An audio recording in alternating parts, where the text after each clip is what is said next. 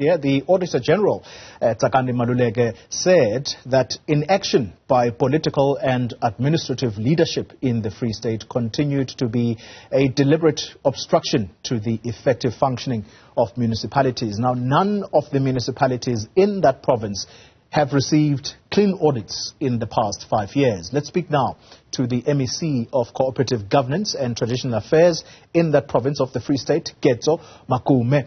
And he speaks to us now about the state of municipalities in that province. MEC, thank you for your time. Let's actually deal exactly with that. Let's understand the state of municipalities in the Free State province. How would you describe them? Morning, Xoli, and morning to your viewers. The state of the municipalities in the Free State is not satisfactory, number one.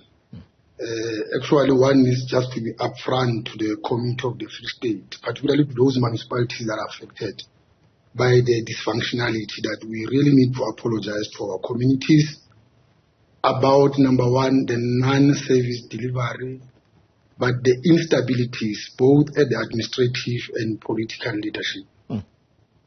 And also by failing to adhere to the principles and policies that guide us towards the audits. So indeed the state is not well. Yeah. So that's the picture that one would say it's an ugly picture. The picture that we want to change, the picture that we want to bring to sanity, that there has to be other things that they must keep on. Yeah.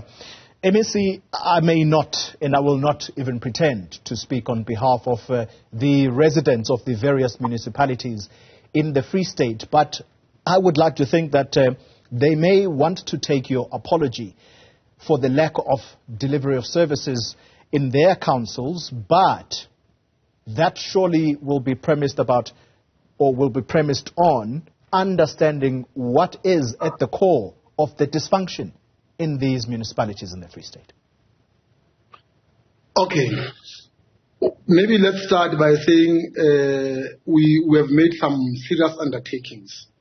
Number one is that there are serious critical positions in municipalities, in most of our municipalities, that are not being filled, despite the fact that these positions are positions that have been funded for.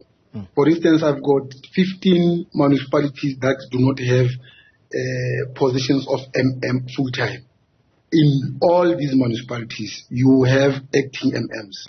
You also have 12 of our municipalities without positions of the CFO. That alone just tells you that there's no administrative capacity. And in or without administrative capacity, you're already facing a situation where there will not be any accountability and focus being paid in detail for service provision and how the administration has to account for the money that is being given to municipalities and how it is being utilized.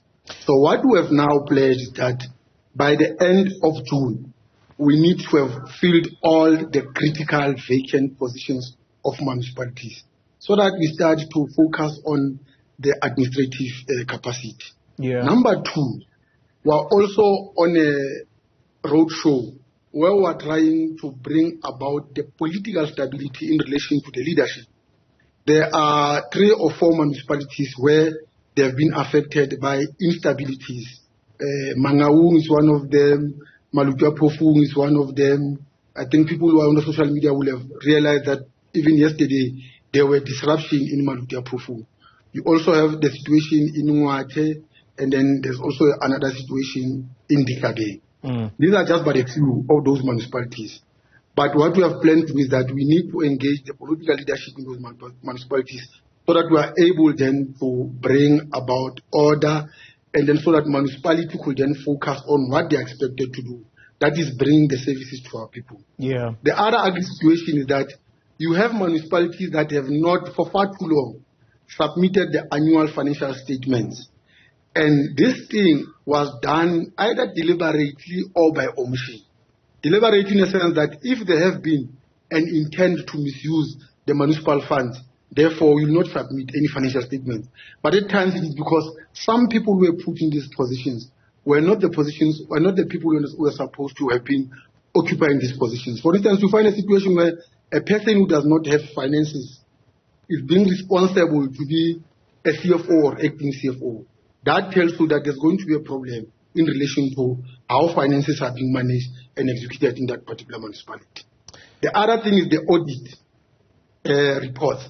The audit reports have not been also satisfactory in the Free State. It is something that we have tried to improve.